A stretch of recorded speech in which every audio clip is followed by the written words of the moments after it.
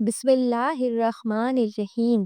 جو لوگ ہمیشہ نیم گرم پانی کا استعمال کرتے ہیں اور ٹھنڈے پانی سے دور رہتے ہیں وہ زیادہ جلدی کسی بھی بیماری کے منہ نہیں لگتے۔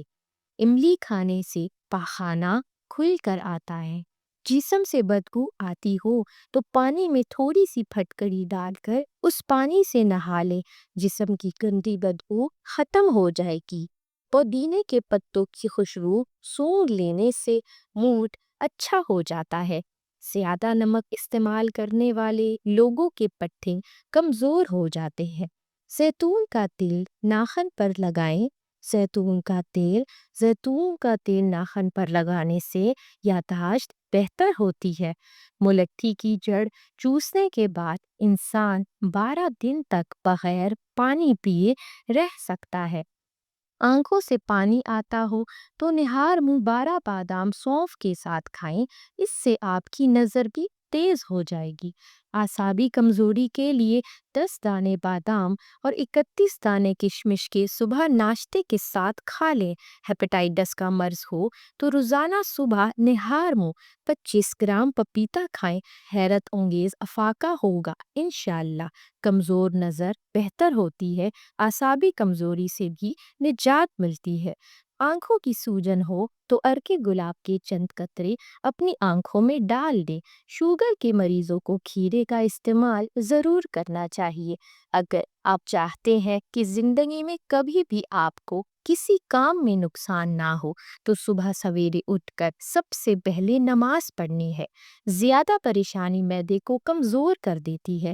روزانہ ایک کھجور کھا لینا انسان کے اندر زیادہ عرصے تک طاقت پیدا کرتا ہے۔ کانوں کے اندر خارش کا ہونا یادداشت کے کمزور ہونے کی نشانی ہے۔ زیتون کے تیل میں لیموں کا رس ملا کر خارش والی جگہ پر لگائیں، خارش ختم ہو جائے گی۔ جو لوگ الائچی والا دودھ پیتے ہیں ان کو جوڑوں کا درد نہیں ہوگا۔ ایسے لوگ جن کا بلڈ پریشر کم ہو جاتا ہے انہیں چاہیے کہ روزانہ کھجور کا استعمال کیا کرے۔ دودھ میں کشمش ملا کر کھانے سے دل کو طاقت ملتی ہے۔ اگر مرچیں کاٹتے ہوئے سبز مرچیں ہاتھوں میں شدید جلن ہونے لگے تو فوری طور پر دور کرنے کے لیے اپنے ہاتھوں کو ہلدی اور چینی کے محلول میں تھوڑی دیر کے لیے ڈبو دیں، جلن ختم ہو جائے گی۔ روزانہ کچی ادرک کا استعمال بڑھتی عمر چھپاتا ہے اور چہرہ جوان نظر آتا ہے۔ کھانسی میں 1 چمچ شہد میں تھوڑی سی کالی مرچ ملا کر صبح شام لیں۔